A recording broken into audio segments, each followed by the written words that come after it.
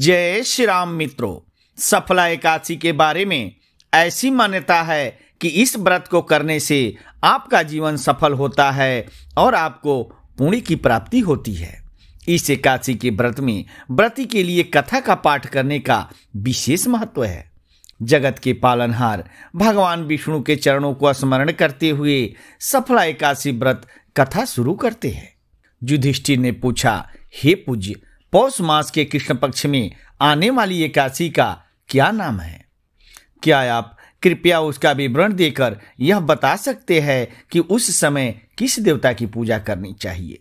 भगवान श्री कृष्ण ने कहा, हे मनुष्यों के राजा, मैं जो कहता हूं उसे सुनो। बड़े बड़े यज्ञों से जो संतुष्टि मिलती है वह एकादशी व्रत से मिलने वाली संतुष्टि के समान नहीं है। इसलिए मनुष्य को पूरे मन से एकादशी का व्रत करना चाहिए। पौष मास के कृष्ण पक्ष में सफला नाम की एकादशी होती है। उस दिन विधि पूर्वक भगवान नारायण की पूजा करनी चाहिए। एकादशी की तिथि अत्यंत शुभ है, इसलिए इसका व्रत करना उचित है। हे राजन, सफला एकादशी के दिन भगवान श्री हरि के नाम और मंत्रों का उच्चारण करें तथा नारियल, सुपारी, पान, नींबू, अनार, सुंदर आंवला, लौंग, जामुन और विशेष रूप से आम आदि फलों का भोग लगाकर भगवान श्री हरि की पूजा करें। इसके अतिरिक्त धूप और दीप भी अर्पित करें। सफला एकादशी के व्रत में दीपदान का विशेष विधान है। रात्रि में जागरण करके पूजा पाठ करना चाहिए। जो व्यक्ति रात्रि जागरण करता है उसे जो फल मिलता है वह 1000 वर्ष की कठोर तपस्या से भी नहीं मिल सकता।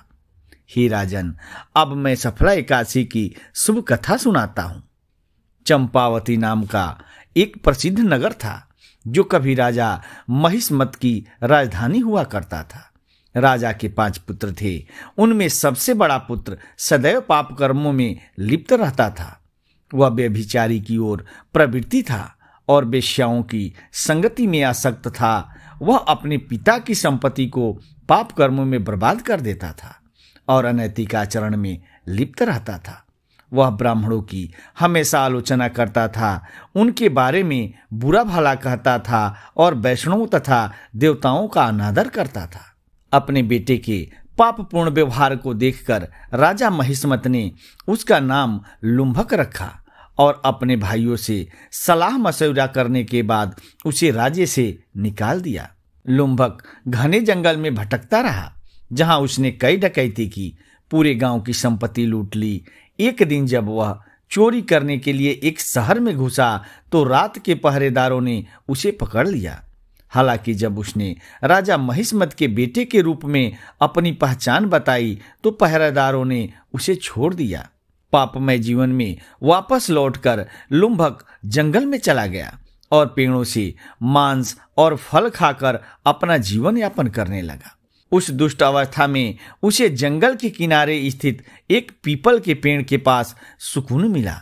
इस प्राचीन पीपल के पेड़ को जंगल में एक दिव्य इकाई माना जाता था और लुम्भक ने अपनी दुष्ट मानसिकता के बावजूद वहां निवास करना चुना।